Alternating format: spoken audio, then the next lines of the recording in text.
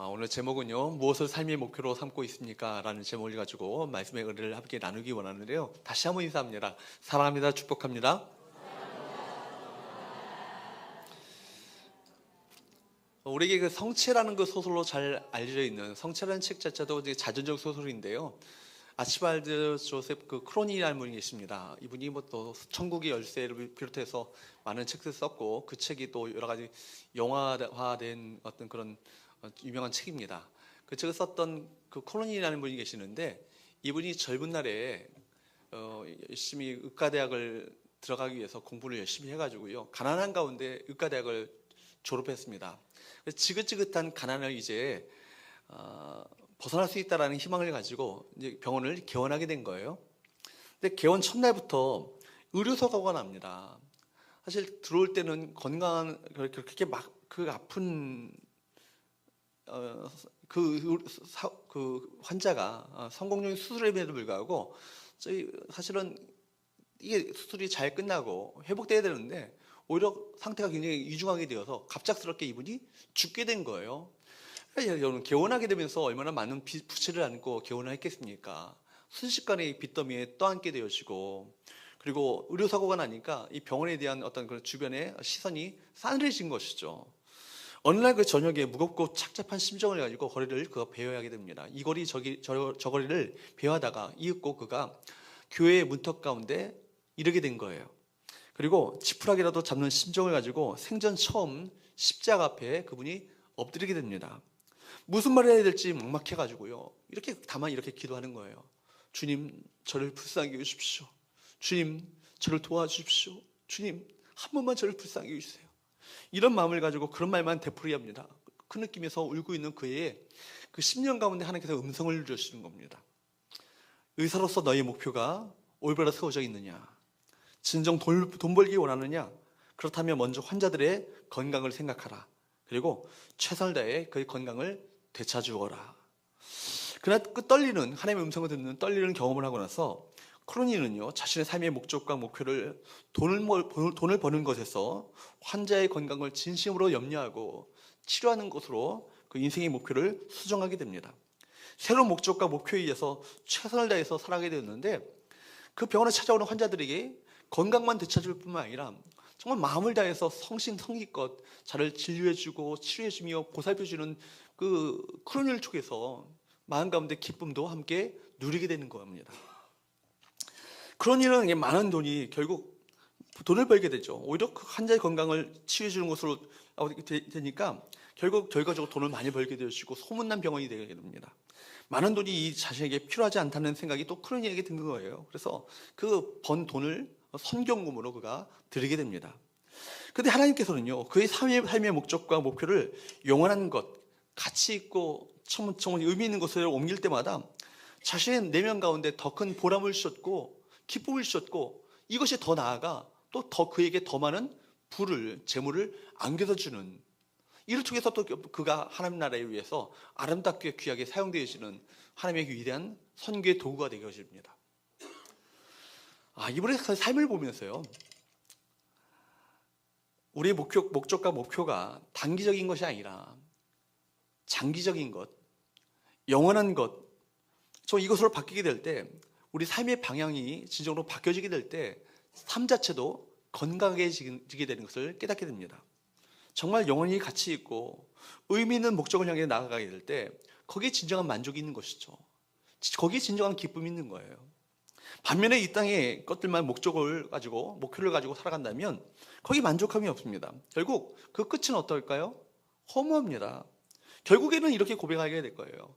고작 내가 이거 바라보고 한평생 이거 붙잡으려고 내가 평생을 살아왔던가, 이런 후회만이 가득한 마지막을 그가 맞이하게 될 것입니다. 사랑하는 여러분, 영원한 가치에 진정한 가치를 두시고 그 목적을 향해 달려가시는 저와 여러분 되시기를 주님으로 축복합니다. 여러분, 오늘 본문에 최고의 가치를 지닌 목적에 붙잡힌 사람을 만나게 됩니다. 그런 자신의 목숨을 걸반한 중요한 한 가지 가치를 그가 발견하게 되죠. 그분은 바로 예수 그리스도였습니다. 예수님을 만나기 이전에 그의 모습은 어떠했습니까? 여러분, 율법을 통해서 자기 의를 만족시키려 노력했던 사람입니다. 율법을 철저하게 지키게 되면 내가 의로운 사람이 될 줄 알고 율법을 지켰어요. 그리고 그렇게 율법을 철저하게 지키는 그 모습이 자신의 자랑이었습니다. 뿐만 아니라 율법을 엉터리처럼 지키는 것처럼 보이는 그리스도인들을 박해하고 핍박하고 심지어 그 초대교회의 위대한 그 집사님이었던 스데반을 잡아 죽이는데 앞장섰던 사람이 누굽니까? 사도 바울입니다. 근데 그런 그가 살아계신 주님의 음성을 듣게 되죠. 사울아 사울아 내가 어찌하여 나를 핍박하느냐. 다메섹으로 가던 그 사울이요 주님의 말씀 앞에 거꾸러집니다. 거룩하신 주님의 빛 앞에서 육신의 눈은 멀게 되었지만 영적인 눈이 띄어지게 되는 역사가 나타나게 된 거예요. 그래서 세상을 보는 눈이 완전히 달라졌습니다. 오직 예수 그리스도의 은혜만이 자신을 구원할 수 있음을 깨닫게 되는 거예요. 그리고 자신의 인생 목표가 바뀌어지게 됩니다. 이전에는 자신의 육신적인 자랑이 자신의 그 진정 가치였고 자랑이었고 자부심의 어떤 대상이었는데 이제는 예수 그리스도를 만나고 나니까 이 세상적인 자랑이요 오히려 배설물처럼 여겨지게 되죠. 인생의 어떤 진정한 전환이 있게 되어질 것이죠. 그리고 그의 목표가 달라지게 됩니다. 오직 주를 위하여 살아도 죽어도 오직 그리스도가 존귀케 되기를 원하는 이 마음을 가지고 그가 살게 됩니다. 여러분 정말 이 사람이 행복한 사람 아니겠습니까? 세상에서 가장 행복한 사람이 누구겠습니까? 예수님께 붙잡힌 사람입니다. 여러분 바로 성경에 등장하는 믿음의 주인공들을 한번 다 보십시오. 하나님의 손에 붙잡힌 사람들, 그들이 인생의 진정한 참된 행복을 느꼈고 진정한 삶의 진정한 보람을 느끼며 살았던 이들 아닙니까? 결국 자신의 힘과 능력을 가지고 세상의 힘과 권력을 붙잡은 사람들은요 다 망했어요. 그러나 전능하신 하나님께 붙잡힌 사람들은요 결국은 그 인생 가운데 승리의 주인공들이 되었습니다. 여러분 모세를 보십시오. 모세가요 대이집트 제국의 파라오 이 궁전 안에 살 때는요 세상의 권력과 힘을 붙잡은 사람 아닙니까? 근데 그가 살인자가 되어서 광야로 도망치게 됩니다. 광야에서 자그마치 몇 년이 있었나요? 40년 동안 있었죠. 40년 동안 광야에서 헤매는 그가 결국은 정말 아무 쓸모짝 없는 인생으로 전락해버리는 것처럼 느껴지는 그런 그 자괴감이 그 마음 가운데 있었을 것입니다. 그때 80세 되던 그 노인 그 모세에게 누가 찾아오셨죠? 주님이 찾아오셨죠. 주님께서 호렙산에서 그를 부르셨습니다. 호렙산에 올라가 보니까 가시덤불이 있는 거예요. 가시덤불에 뭐가 붙었어요? 불이 붙었어요. 여러분 가시덤불에 불을 붙여보셨나요? 저는 어릴 때 안양천 주변에 살았기 때문에 안양천 뚝방에서 하는 일이 뭐냐면 불놀이 하는 것을 참 좋아했어요. 불장난. 제일 잘 타는 게 뭐냐면 가시덤불 같은 거 있잖아요. 뭐 하다가 딱 태우면요 불이 확 붙어요. 근데 어떻게 되나요? 금방 꺼지고 마는 거예요. 그러니까 여러분 가시덤불을 보는 순간 모세는 뭘 생각했을까요? 내 인생이 저렇게 했구나. 가시덤불과 같이 아무 쓸모자가 없는 어느 인생이겠구나. 아마 가시덤불을 보면서 그렇게 생각했을 거예요. 근데 불이 붙었는데 불이 붙으면은 이내 타오르고 금방 꺼져야 되는데 꺼지지 않는 불이 그에게 붙은 거예요. 그걸 보면서 뭘 생각했을까요? 가시덤불과 같은 내 인생이라 할지라도 하나님의 불이 임한다면 영원히 꺼지지 않는 하나님의 불이 내 인생 가운데 임하게 될 것이다. 그 믿음이 생기는 겁니다. 그리고 주님께서 내가 선 곳은 거룩한 곳이니 내 발의 신을 벗으라 말씀하시죠. 신을 벗는다는 것은 뭘 말하죠? 주인이 아니라 노예로 살겠다라는 결단 아니겠어요? 누구의 노예? 주님의 노예, 하나님의 노예, 하나님의 종으로서의 인생을 살기로 결단하게 됩니다. 그 순간부터 그가 누구에게 붙잡히게 되죠? 하나님께 붙잡히게 되는 거예요. 여러분 그로 말미암아 하나님의 그를 붙잡아 주심으로 말미암아 바로 모세는 지금까지 붙잡고 있었던 세상의 모든 줄을요 다 놓게 됩니다. 그리고 그 순간 하나님께서 그를 붙잡아 주시고 출애굽의 그 지도자로서 사명을 주십니다. 여러분 그렇습니다. 하나님의 손에 붙잡히게 되면요 우리 모두가 사명자가 됩니다. 그리고 사도 바울도 주님의 손에 붙잡히는 순간 이방인을 위한 사도로 그가 부름받게 되시고 쓰임받게 되지 않습니까? 전능하신 주님께서 우리를 붙잡아 주시고 전능하신 주님의 손에 붙잡히면 우리 인생이 바뀌게 됩니다. 인생의 목적이 바뀌게 되어지고 가치가 바뀌어지게 되어지고 어떤 고난도 뚫고 나갈 수 있는 힘과 능력을 주님께로부터 덧입게 되는 거예요. 여러분, 지난번에도 제가 말씀드린 적이 있지만 온도계와 온도 조절계의 차이는 뭐예요? 온도계는요, 주위의 온도에 따라서 수은지가 올라갔다 내려갔다 합니다. 그러니까 환경에 지배받는 사람이에요. 온도 조절계는 뭐죠? 온도를요, 환경을 지배하는 사람이에요. 사랑하는 여러분, 우리 모두가 하나님의 손에 붙잡힘으로 말미암아 환경을 지배하는 믿음의 주인공들 될 수 있기를 주님으로 축복합니다. 바로 그렇다면 우리가 환경을 어떻게 우리 지배하며 세상에 영향력을 주는 믿음의 인생을 살 수 있을 것인가? 어떻게 바로 하나님께서 주시는 이 비전을 따라 바로 우리가 정말 하나님께 보실 때 성공적인 인생을 살 수 있을 것인가? 세 가지를 여러분에게 말씀드리고자 합니다. 첫 번째는요, 한번 따라할까요? 삶의 목표를 분명히 하라. 여러분, 사도 바울은요, 삶의 목표가요 분명히 있습니다. 12절 한번 보도록 할까요? 12절 같이 한번 읽어보도록 합니다. 시작. 내가 이김이 얻었다 함도 아니요 온전히 이뤘다 함도 아니라 오직 내가 그리스도 예수께 잡힌 바 된 그것을 잡으려고 달려가노라. 바울은요, 누구에게 붙잡힌 사람이라고요? 예수님께 붙잡힌 사람이에요. 바울은 지금 자기가 예수님을 붙잡았다고 얘기하지 않아요. 오히려 예수님께 붙잡혔다라고 얘기합니다. 자신은 예수님을 붙잡을 수조차 없는 미련한 인생인 것을 그가 알았기 때문입니다. 그래서 그는 예수께 잡힌 바 된 그것을 잡으려고 달려갔습니다. 표대를 향해 달려갔죠. 바울의 삶의 목표는요, 세상의 명예나 권력이 아니었습니다. 바울은 지금까지 붙잡고 있었던 모든 것을요, 주님에 비해서 모든 것을 다 상대적인 가치로 여겨졌던 거예요. 그리고 심지어 뭐라고 표현합니까? 배설물로 여겼다라고 이야기합니다. 여러분, 그 이후로 예수께 붙잡힌 이후로 삶의 목표는요, 바로 오직 예수였습니다. 빌립보서 1장에서 그의 삶의 목표를 분명히 그가 제시하죠. 빌립보서 1장 20절에서 21절 말씀을 보도록 합니다. 같이 한번 읽어보도록 할까요? 시작.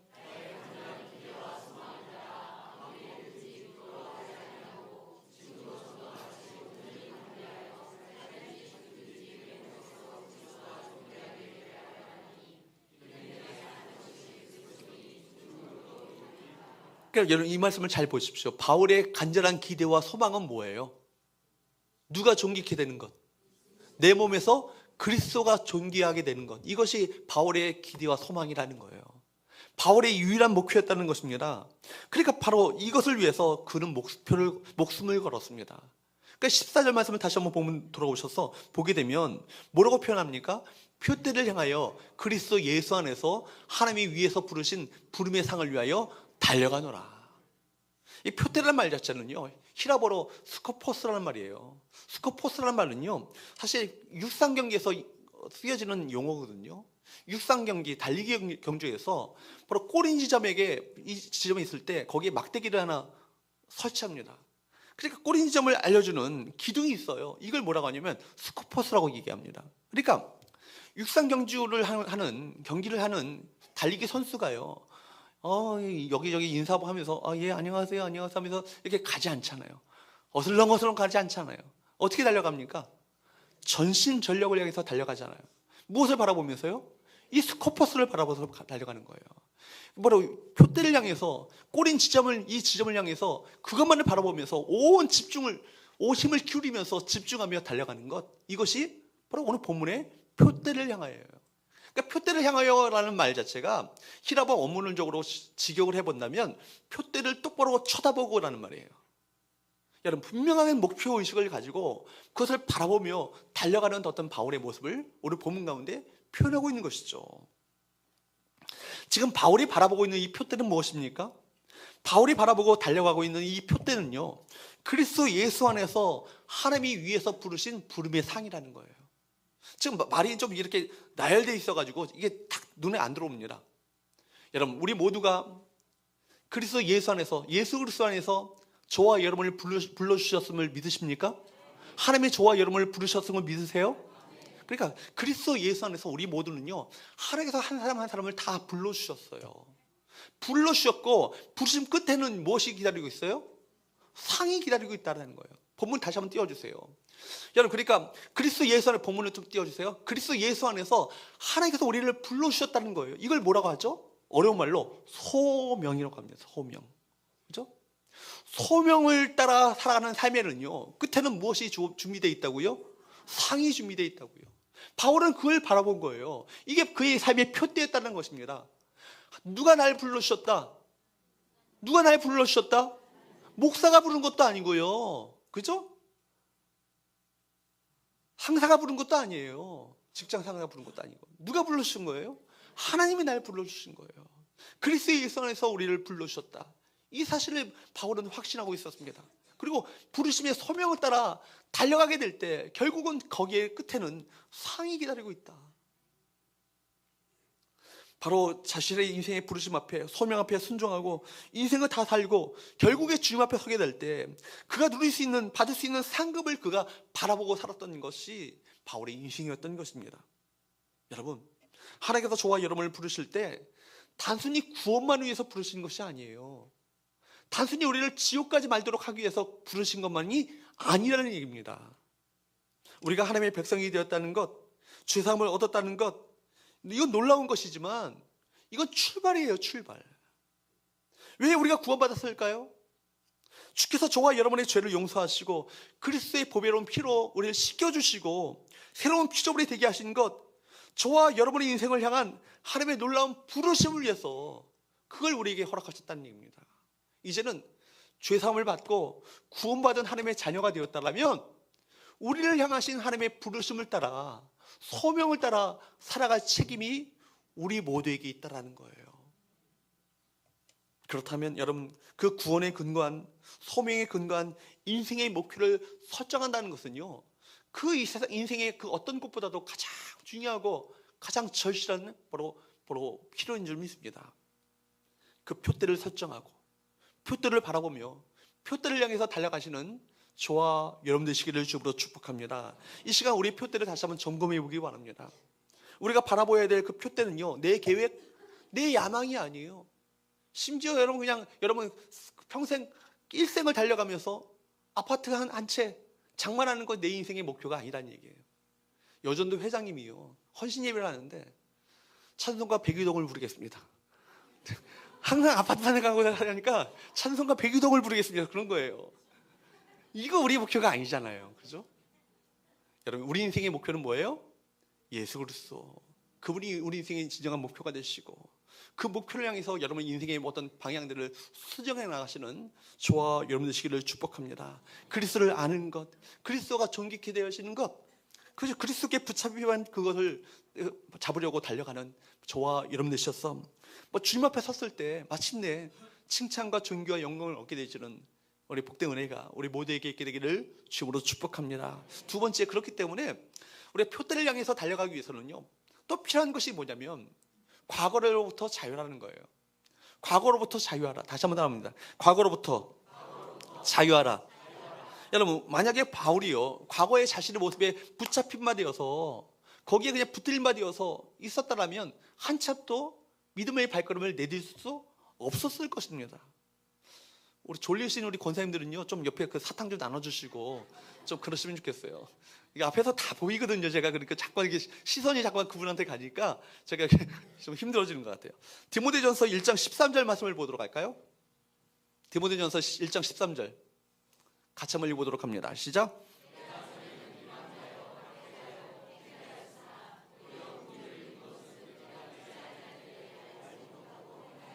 바울이 전에는 어떤 자였다고요? 비방자였다고요. 또 뭐였다고요? 박해자였다고요. 또 뭐였다고요? 폭행자였다고요. 심지어 여러분, 스데반을 죽이는데 가장 선봉에 섰던 사람이 누구예요? 바울이잖아요. 바울 이전에 사울이었습니다.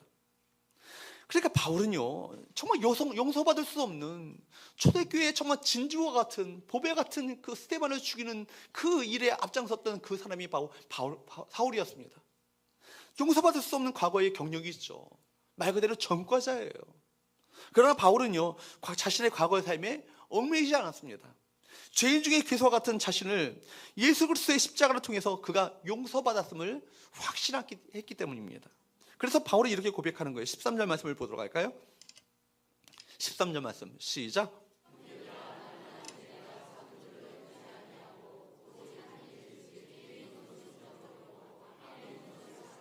뒤에 있는 것은 어떻게 한다고요? 잊어버리고 말하는 것은요, 시간이 지나면 망각해지는 그걸 말하는 게 아니에요. 내가 이것을 기억나고 생각나고 떠오르지만 의지적으로 이것을 잊어버리려고 노력하는 것을 말합니다. 생각이 나고 생각할 수 있지만 스스로 부정하는 거예요. 뿐만 아니라 여러분 보십시오. 바울은 자랑할 것이 얼마나 많이 있었어요. 예수를 만나기 이전에는 자랑거리가 얼마나 많았습니까? 자기가 유대인의 어떤 정통 유대인의 혈통을 지닌 자라고, 그렇기 때문에 8일 만에 환례를 받았다라고, 가말리엘 최고의 학자 밑에서 공부한 최고의 학벌을 갖고 있던 사람이라고, 왕을 배출한 베냐민 지파의 명문 가문이라고, 그죠?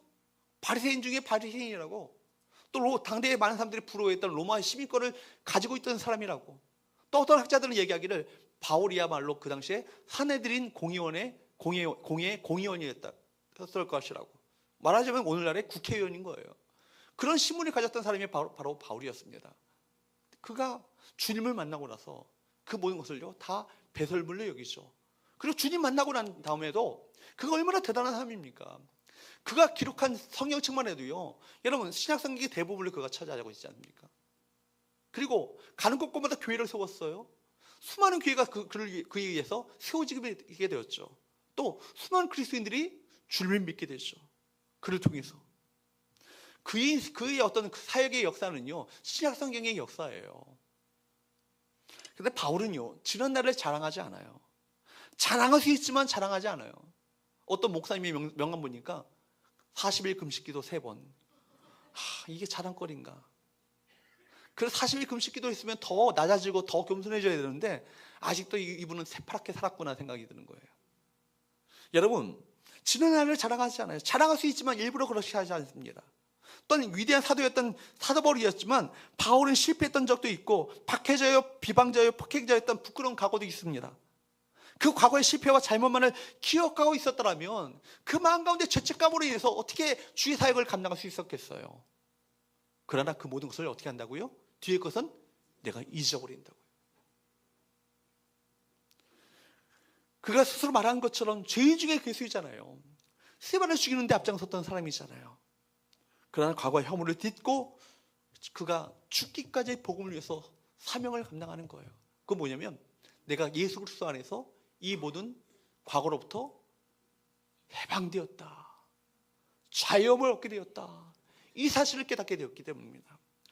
이사야서에 말한 것처럼 주님께서는요, 동에서 서가 먼 것처럼 우리 죄가를 옮겨버리신다고 얘기하셔요. 그리고 다시는 우리 죄를요 기억지 않으신다고 말씀하십니다. 한번 주님 앞에 고백하고 회개하고 주님 앞에 자복한 모든 죄는요, 주님께서 다시 기억지 않으시는데 여전히 우리는 어리석게도 그 죄책감 속에서 눌려서 주의 사명을 감당하지 못하는 거예요. 나 같은 게 어떻게 이 일을 할 수 있겠냐고, 내가 무슨 자격이 있어서 이 일을 할 수 있겠냐고. 자격 있는 사람 따지면요, 여기 자격 있는 사람 아무도 없어요. 누가 자격이 있어서 여기서 말씀을 전합니까? 다 은혜로 하는 거예요. 부족하고 연약하고 하나님 앞에 볼품없는 자이지만 하나님의 은혜로 이 일을 감당하는 것입니다. 은혜가 있음을, 은혜로 내 이것을 감당한다고 깨닫게 될 때 거기에 감격이 있고 감사가 있는 것 아니겠어요? 더 겸손해지는 것 아니겠습니까? 내가 자격이 있어서 하는 것은요 아무것도 없어요. 여기 자격이 있어서 예배 드릴 수 있는 사람이 있습니까? 없어요. 여러분, 주 앞에 찬양할 수 있는 자격이 있는 사람이 있어요? 없잖아요. 다 죄 허물이 있는 자들이고 하나님 앞에 감히 나갈 수 있는 그 자격이 있는 사람은 아무도 없습니다.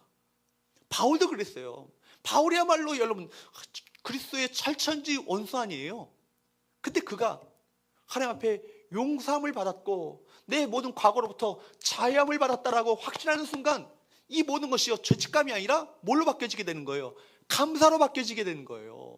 감격으로 바뀌어지게 되는 거예요. 그리고 기쁨이 넘치기 시작하는 거예요. 그러니까 바울이 지금 빌립보서를 쓰고 있는 이 장소가 어디라고요? 감옥이잖아요. 감옥인데도 불구하고 지금 계속해서 그가 반복해서 쓰고 있는 말은 뭐예요? 기뻐하라고. 기뻐하라고. 주 안에서 기뻐하라고. 주 안에서 나를 발견하게 되면 우리는 기쁨이 넘치게 되는 거예요. 주 안에서 나의 정체성을, 신분을 확신하게 되면 내 마음 가운데 기쁨이 샘솟 일어나게 됩니다. 그러니까 여러분, 제발요, 예배 때 찬양할 때 떠들지 마세요. 옆에 있는 분들하고 얘기하려면요, 더 일찍 오셔서 얘기하시고, 찬양할 때는 뭐 하는 시간이에요? 예배하는 시간이에요. 사실은 찬양이 예배예요. 우리 권사님들 정신 똑바로 차리셔야 돼요. 찬양이 예배예요. 사실 찬양이 예배고요. 지금 말씀은 잠자게 예배 드린 자들에게 하나님의 말씀을 지금 전하는 거예요. 그러니까 우리가 드려지는 시간은 뭐예요? 찬양과 기도잖아요. 하나님께 올려드리는 시간은 찬양과 기도와 헌금이에요. 그죠? 나머지는 뭐예요? 하나님께로부터 받는 시간이에요. 그러니까 여러분, 우리가 다음 주 예배부터 우리 찬양이 바뀌어지게 되기를 축복합니다. 우리 기쁨을 가지고 주 앞에 찬양하셔야 돼요. 그 기쁨을 가지고 찬양할 때 그 기쁨이라는 것은 뭐예요? 구원의 감격과 구원의 은혜에 대한 우리 마음 가운데 감사로 말미암아 울려 퍼지는 찬양을 주 앞에 올려드려야 합니다. 우리 선거대원들 습관에 따라서 형식에 따라서 하지 마시고 정말 그 감격적인 그 입술 열어서 주님을 찬양할 수 있기를 축복합니다. 그러니까 바울은 어떤 자세로 감당했을까요? 늘 울어도 눈물로써 못 갚을 줄 알아. 이 몸밖에 드릴 것 없어 이 몸 바칩니다. 이것이 바울의 고백 아니었을까요? 그렇죠? 내가 주 앞에 드릴 수 있는 것이라고는 이 몸밖에 없습니다. 내가 주님을 위해서 뭘 드릴 수 있겠습니까? 내 인생밖에 없사오니 하나님 내 인생을 받아주옵소서. 이 몸을 받아주옵소서. 이런 고백을 가지고 그가 사역을 했을 때 아름다운 사역의 열매들이 풍성하게 맺어지게 된 거예요. 베드로 생각해 보십시오. 베드로 3번씩이나 주님을 부인했잖아요. 한 번도 아니고요, 3번씩이나 실패한 사람이에요. 마지막에는 주님을요 저주까지 하면서 그가 부인합니다. 근데 요한복음 여러분 아시는 것처럼 요한복음 21장에서 갈릴리 호숫가에서 그를 다시금 불러주시고 회복시켜주시고 내 양을 치라, 내 양을 먹이라, 내 양을 치라, 우리가 말씀하시는 주님의 그 사명을 위임하시는 그 회복의 은혜로 말미암아 그가 다시금 회복되어서 아름답게 그 사명을 위해서 달려가고 마침내 십자가에서 내가 어떻게 내 주님과 같이 똑같이 십자가에 달려 죽을 수 있단 말인가? 저 거꾸로 달려 죽게 해주십시오. 요청하여서 거꾸로 십자가에 달려 죽게 되시는, 순교하게 되시는 그 영광을 그가 누리게 됩니다. 여러분, 하나님은 온갖 우리의 허물과 약점과 죄악과 부족함을 다 알고 계셔요. 다 알고 계시지만 우리가 이미 고백한 죄, 주 앞에 아뢰는 죄는요, 이미 용서해 주신 죄는요 기억조차 하지 않으심을 믿을 수 있기를 축복합니다. 이전에 나의 삶이 비록 하나님 보시기에 아름답지 못하고 당당하지 못할지라도 이세의 용서하심을 예수님의 용서하심을 믿으시고 자유케 되기를 축복합니다. 아직도 여러분 과거의 실수와 허물 때문에 매여 있다면 이 시간 예수 그리스도의 이름으로 선포하시고 그 모든 것을 끊어버릴 수 있기를 축복합니다. 과거에 얽매여 있으면요 성장할 수 없어요. 과거에 얽매여 있으면요 하나님의 크신 은혜를 깨달을 수 없는 거예요. 그래서 주님께서는 이렇게 말씀하십니다. 누가복음 9장 62절 말씀에 이렇게 말씀하십니다. 한번 읽어보도록 할까요? 시작. 예수께서 이르시되 손에 쟁기를 잡고 뒤를 돌아보는 자는 하나님의 나라에 합당하지 아니하니라 하시니라. 여러분, 뒤에 너무 매이지 마시고 앞을 향해 나가시기를 축복합니다. 이 시간 하나님께서 우리 모두에게 은혜를 베풀어 주셔서 뒤에 있는 것을 깨끗이 잊어버리는 은혜를 베풀어 주시기를 축복합니다.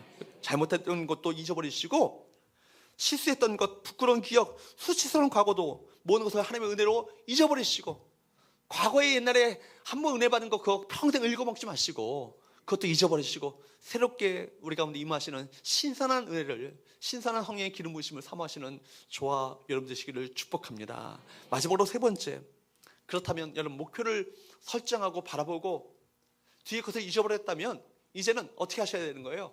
최선을 다해 달려가라는 거예요. 따라합시다. 최선을 다해 달려가라. 13절과 14절 말씀을 보도록 할까요? 13절과 14절 말씀을 읽어보도록 합니다. 시작.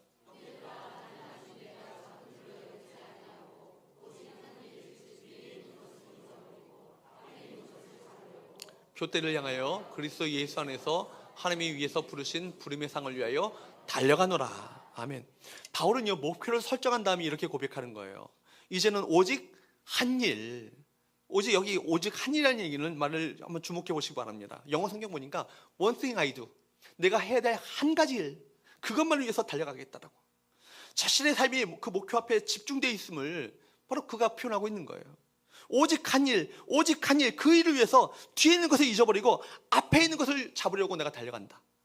그리고 14절 말씀을 보니까 이제 표대를 향하여 그리스도 예수 안에서 하나님의 위에서 부르신 부름의 상을 위하여 어떻게 한다고 그랬어요? 어떻게 한다고요? 달려가노라. 여러분, 바울은요 참 겸손한 사람이에요. 이미 많은 것을 이뤘지만 이미 얻었다고, 온전히 이뤘다고 말하지 않았어요. 그렇게 교만하지 않았습니다. 오히려 앞에 있는 믿음의 표대를 향해 달려간다고 얘기합니다. 빌립보서가요, 학자들에 의하면 아마 그가 순교하기 직전 한 5, 6년 전에 기록한 책이라고 그렇게 학자들은 이야기합니다. 그렇다면 이미 바울은요 이미 60이 훌쩍 넘은 나이 가운데 있는 거예요. 여러분, 바울이 지난 30년 동안 그리스도를 증거하기 위해서 소아시아를 누비면서 수많은 사람들을 구원했습니다. 배가 파산당하기도 하고 매를 맞기도 하고 죽을 고비를 넘기면서도 복음을 전했습니다.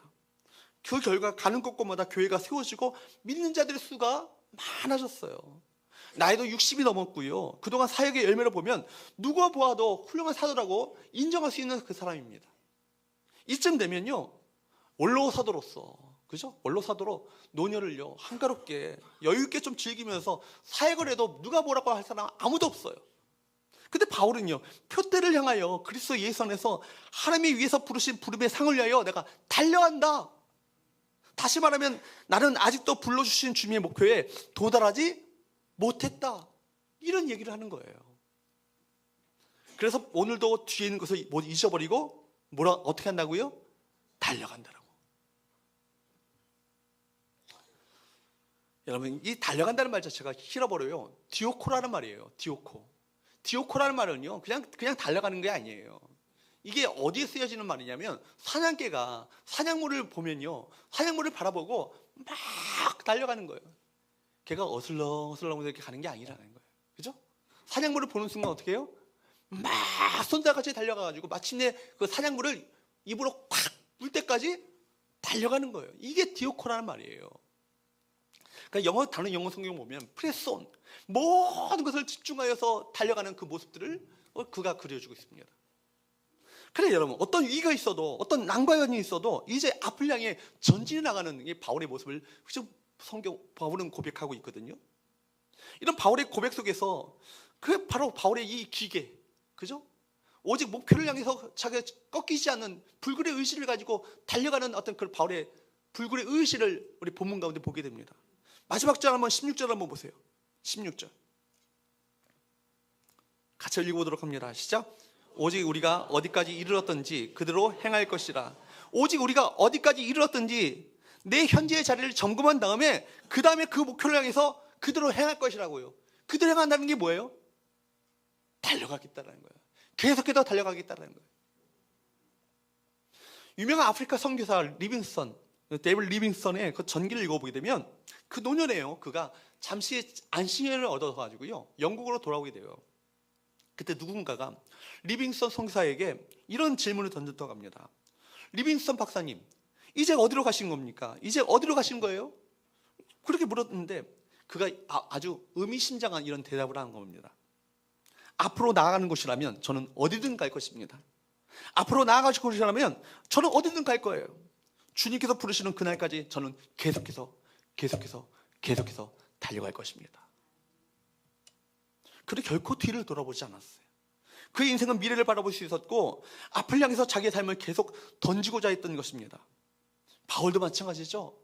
자기 인생을 그렇게 인생 끝까지, 순교하기 직전까지 계속해서 달려가는 인생을 한 후에 마지막 그 순교하기 직전에 사랑하는 믿음의 아들 디모데에게 보냈던 편지, 디모데 후서에 보게 되면, 그것도 마지막 장 4장 6절 7절 말씀에 보게 되면 바울이 이렇게 고백을 해요. 한번 7장 7절 8절 말씀을 보도록 할까요? 4장 7절 8절 같이 한번 읽어보도록 합니다. 시작. 나는 선한 싸움을 싸우고 나의 달려갈 길을 마치고 믿음을 지켰으니 이제 후로는 나를 위하여 의의 면류관이 예비되었으므로 주 곧 의로우신 재판장이 그날에 내게 주실 것이며 내게만 아니라 주의 나타나심을 사모하는 모든 자에게도니라. 아멘. 바울은요, 끝까지 뭘 지켰어요? 믿음을 지켰어요. 그럼 부르심의 소명을 다하려고 끝까지 최선을 다해 달려갔습니다. 그리고 자신을 위해서 예비로 오신 뭐를 바라보는 거예요? 의로우신 재판장께서 베풀어 주실 그 의의 면류관을 그가 바라보는 거예요. 사랑하는 여러분, 우리 주님께서는요, 최선의 경주를 다하는 자에게 상을 준비해 놓으시고 기다리고 계심을 믿으시기 바랍니다. 표들을 향해 전력 질주한 자에게 승리의 월계관이 주어지는 것처럼 우리 주님도 승리의 면류관을 우리 가운데 준비하시고 예비해 놓으시고 우리에게 베풀기를 기뻐하시는 거예요. 우리가 최선을 다해서 사명을 다해서 우리가 살아가게 될 때, 천국에 입성했을 때 천군 천사들이 저 믿음의 아들이 들어온다고, 믿음의 딸이 들어온다고 막 팡파레를 울면서 기뻐하지 않겠습니까? 그리고 주님께서는요, 두 팔을 벌리시며 그렁그렁한 그 눈으로 바라보시면서 사랑하는 내 아들아, 사랑하는 내 딸아, 내가 내 이름을 위하여 그렇게 충성을 다했으니 내게 생명의 면류관을 내가 주겠다라고 약속하시는 그 약속대로 그 면류관을 우리에게 씌워주시지 않겠습니까? 우리 모두요, 그 부르심을 위해서, 부르심의 상을 위해서 우리를 불러주심을 믿으시기 바랍니다. 오스키니스가 썼던 그 소명이라는 책이 있어요. 그 책에 보면은 많은 어떤 그런 영적인 어떤 의미를 담고 있는 많은 내용들이 많이 있지만, 특별히 거기서 제가 마음 가운데 깊이 있게 다가온 것은 뭐냐면, 그 책에 유일한 관중이라는 얘기를 써요. 유일한 관중. 우리 인생에 유일한 관중이 있다라는 거예요. 우리 지켜보고 계시는, 응원하고 있는 유일한 관중이 있다라는 거예요. 누구예요? 하나님이십니다. 다른 청중들을 의식하는 데서 돌이켜서 우리 오직 최후의 관중이요 최고의 관중 되시는 바로 하나님을 바라보게 될 때, 그 주님을 바라보며 그 주님을 중요하게 여기게 될 때, 우리의 마지막 피니시 지점에서 마침내 우리가 어떤 그 결과를 얻게 될 것인가를 우리 성경은 우리에게 말하고 있잖아요. 여러분, 마지막 우리 인생의 마지막 피니시 지점에서 우리가 어떤 질문 던지겠습니까? 역사가 나를 어떻게 평가할 것인가? 그것입니까? 물론 중요하죠. 다른 내 후대들이, 후손들이 나를 어떻게 볼 것인가? 그것입니까? 물론 그것도 무시할 수 없습니다. 그러나 그것들은요, 다 결국 지나가는 거예요. 다 쓸데없는 거예요. 시대가 바뀌고 역사가 흐르면 다 먼지 속에 파묻혀 버리는 것이 아니겠습니까? 마지막까지 남는 가장 중요한 것이 있다면 무엇이겠습니까? 나는 예수님께 얼마나 붙잡혀 있는가?